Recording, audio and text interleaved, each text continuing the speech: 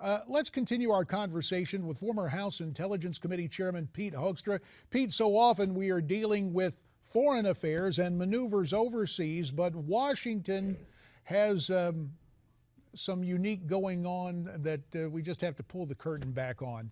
This whole fight over spending, what's being nicknamed the Cromnibus Plan. Will Speaker Boehner succeed in passing a symbolic resolution of disapproval and then funding the government on through till September?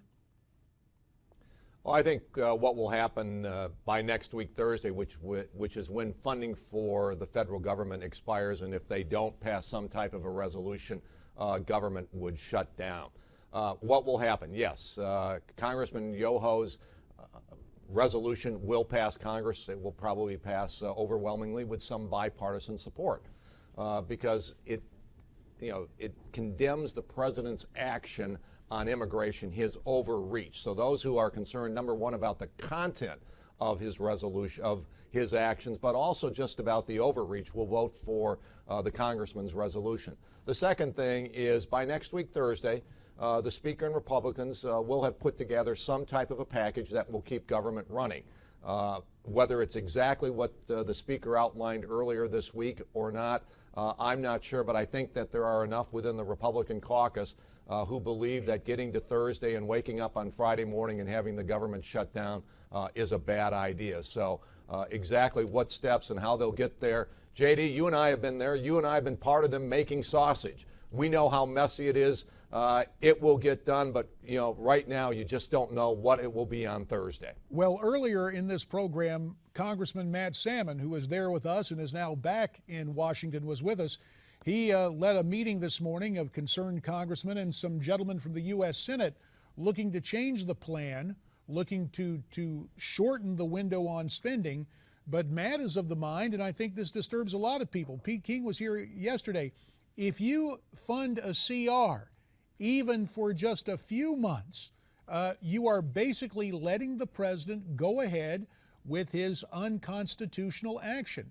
Jeff Sessions makes the point that you can put into the legislation specific language to forbid the president from spending money, even that money that may come in via fees rather than congressional appropriations. So given that blowback, do you expect to see a change in the Boehner plan before a vote next week? I think it's very possible that there will be a change in the Boehner plan, either broadening the number of spending bills that only go for a couple of months, or adding some provisions that block exactly what you said. The excuse early on was, well, we can't stop the administration from spending certain monies because they come in through the fee process. Again, you and I were there. We know that the appropriators can put legislative language into an appropriation bill, although they don't like to do it. It can be done, and it may be done. The important thing is they'll work through this process. They'll get to 218 votes. They will pass something on Thursday. They will keep the government open. But I think the good sign here is we're seeing Congress asserting itself, and they're going to have to do a lot of that over the next 2 years, because this president is going to govern by executive order, and Congress is going to have to assert itself, and the only or the most effective way to do that is to do it through the spending process, because all spending by the federal government starts in the U.S. House of Representatives. So this is where Speaker Boehner and House Republicans are going to take the lead, and now they have allies in the U.S. Senate to implement whatever spending strategies that they can come up with. Then when they get to 2015, if the president starts vetoing those spending bills because of the limitations that Republicans put in, it will be the president who shuts the government down, not the Congress. Pete Hoekstra, we appreciate your analysis of events in Washington, D.C. and abroad, and we'll see what happens. Somehow, I think we have always seen the Washington press corps try to blame Republicans no matter what, but it may ever be thus. Pete Hoekstra, thanks again, and America's Forum will continue following this time out.